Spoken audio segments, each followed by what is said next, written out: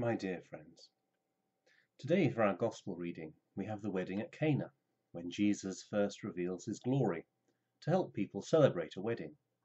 It's quite an odd way to introduce yourself to people on the face of it. We don't know whose wedding it was, nor why Jesus or his mother are given such authority in this situation. But to get stuck into these events from that angle is to rather miss the point. Jesus is acting out a message.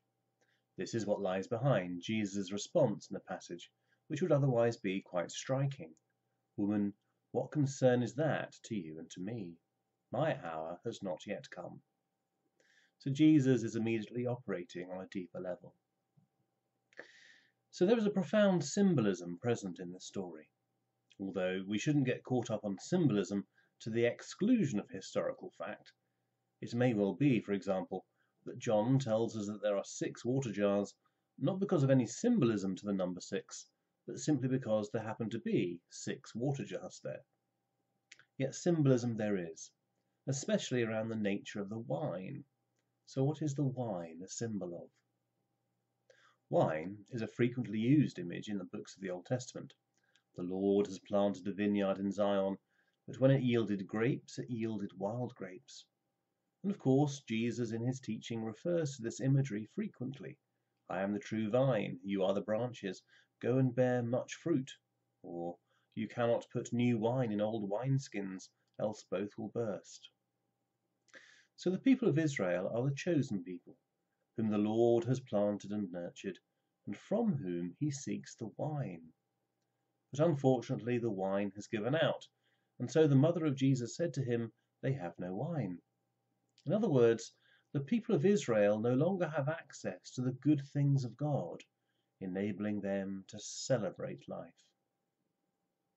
So wine is being symbolized as a contrast to water. Now water is necessary for life. We cannot exist without it. Yet, if there is only water available, then there is something missing from our human lives together. Wine, on the other hand, changes us. It fosters fellowship and can allow truths to emerge. It is like yeast in the dough, which acts on the whole to make the bread.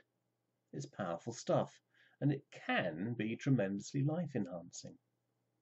The point of the story is that the life of Israel has become like water, centered on legal observance, empty ritual, and a corruption of temple sacrifice.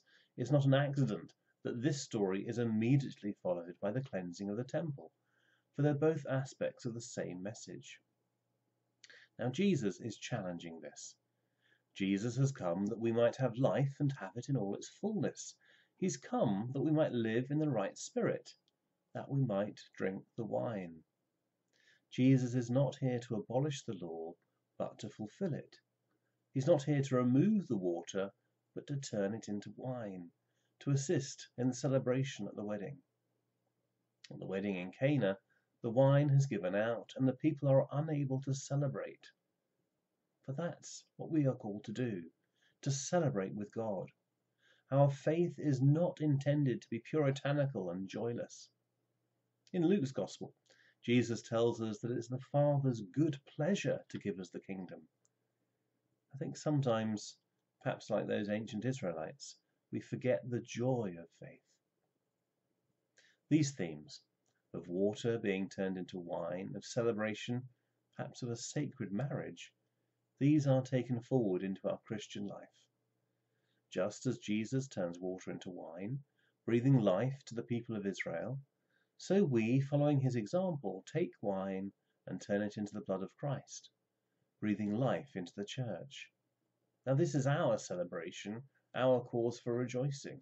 It's our wedding feast. For we as the church are the bride of Christ, bought with his blood. This is the sign which Jesus is making, a sign which points to life, to celebration, to joy. Now we're in a season where we cannot share our wine together. We might say, our time has not yet come, but it will come. We shall share wine together once again, but until then, we can look forward with eager longing for the wedding feast of the Lamb. Until we meet again. Amen.